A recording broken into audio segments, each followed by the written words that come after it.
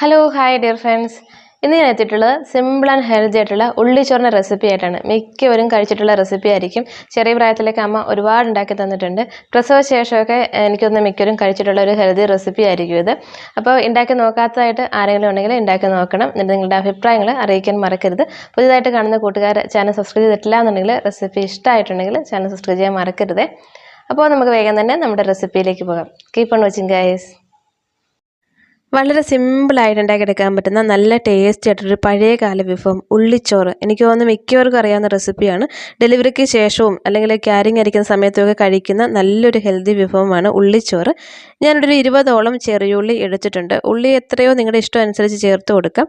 പക്ഷേ ചെറിയ ഉള്ളിയാകുമ്പോൾ അതിൻ്റെ ആ തൊലി കളഞ്ഞെടുക്കാനൊക്കെ കുറച്ചൊരു പ്രയാസമായിരിക്കും. പക്ഷേ ചെറിയുള്ളിയിൽ തന്നെ വേണം ഉള്ളിച്ചോറ് റെഡിയാക്കി എടുക്കാനുണ്ട്. അതാണ് അതിൻ്റെ ഗുണവും അതിൻ്റെ ടേസ്റ്റും. സവോള ചേർത്തിട്ടുണ്ടെങ്കിൽ ആ ഒരു ഉള്ളിയിൽ തയ്യാറാക്കി എടുക്കുന്ന അത്രയും ടേസ്റ്റ് ഉണ്ടാവത്തില്ല. അപ്പം ഞാൻ ഈ ചെറിയുള്ളി എല്ലാം തൊലി ഒന്ന് കളഞ്ഞെടുത്ത് നന്നായിട്ടൊന്ന് കഴുകിയെടുത്ത ശേഷം വട്ടത്തിൽ വേണം ഇത് അരിഞ്ഞെടുക്കാനായിട്ട്. അതാണ് അതിൻ്റെ ടേസ്റ്റ് കേട്ടോ. അപ്പോൾ എല്ലാം വട്ടത്തിലൊന്ന് അരിഞ്ഞെടുത്തിട്ടുണ്ട്. ഇനി നമുക്ക് പെട്ടെന്ന് ഉള്ളിച്ചോറ് റെഡിയാക്കി എടുക്കാം. ഫ്ലെയിം ഒന്ന് ഓൺ ചെയ്ത് കൊടുത്ത ശേഷം ഒരു പാൻ വെച്ച് കൊടുക്കാം. പാൻ നന്നായിട്ടൊന്ന് ചൂടായിട്ട് വരുമ്പോഴത്തേക്കും 1 ടേബിൾ സ്പൂൺ നെയ്യ് ചേർത്ത് കൊടുക്കാം. നെയ്യിൽ തന്നെ വേണം റെഡിയാക്കി എടുക്കാനായിട്ട്. നെയ്യ് 1 സ്പൂണോ 2 സ്പൂണോ ഒക്കെ ചേർത്ത് കൊടുക്കാം നിങ്ങളുടെ ഇഷ്ടം അനുസരിച്ച്.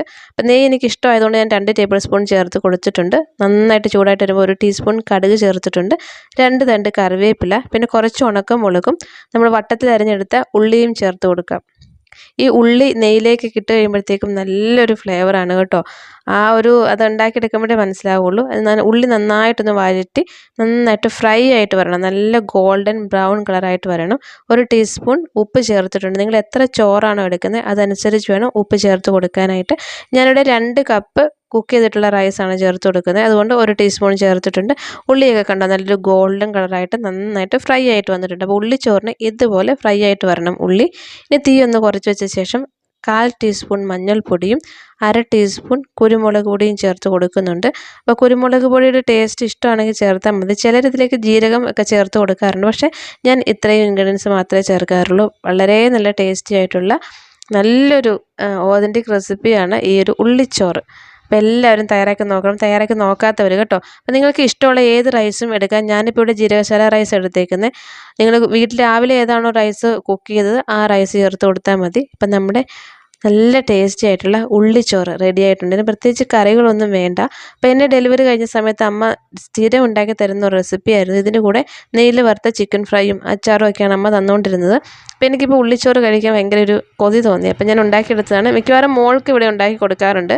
മോൾക്ക് നെയ്യ് ഇഷ്ടമാണ്. നല്ല ഫ്രൈ ചെയ്ത കോവയ്ക്ക ഫ്രൈ എടുത്തിട്ടുണ്ട്. ഈ കോവയ്ക്ക ഫ്രൈ റെസിപ്പി ഇട്ടിട്ടില്ല, വേണമെങ്കിൽ പറഞ്ഞാൽ മതി, അപ്ലോഡ് ചെയ്യാം. ഒരു 3 പീസ് ചെറിയ ചിക്കൻ ഫ്രൈ എടുത്തിട്ടുണ്ട്. പിന്നെ ഓൾ ടൈം ഫേവറേറ്റ് ആയിട്ടുള്ള കണ്ണിമാങ്ങ അച്ചാർ. നല്ല അടിപൊളി റെസിപ്പിയാണ്. അപ്പം എനിക്കിതിൻ്റെ കൂടെ അച്ചാർ മാത്രം മതി. രാവിലെ കുട്ടികൾക്ക് സ്കൂളിൽ പോകാൻ വേണ്ടി ചിക്കൻ ഫ്രൈ ഒക്കെ ഉണ്ടാക്കിയപ്പോൾ ഞാൻ ഇതിൻ്റെ കൂടെ ജസ്റ്റ് ഒന്ന് കൂട്ടി കഴിക്കുന്നേ ഉള്ളൂ. അപ്പോൾ കറിയൊന്നും ഇല്ലെങ്കിലും കഴിക്കാം. എല്ലാവരും തയ്യാറാക്കി നോക്കണം. അപ്പോൾ നമുക്ക് അടുത്ത വീഡിയോയിൽ കാണാം. Take care. ബൈ.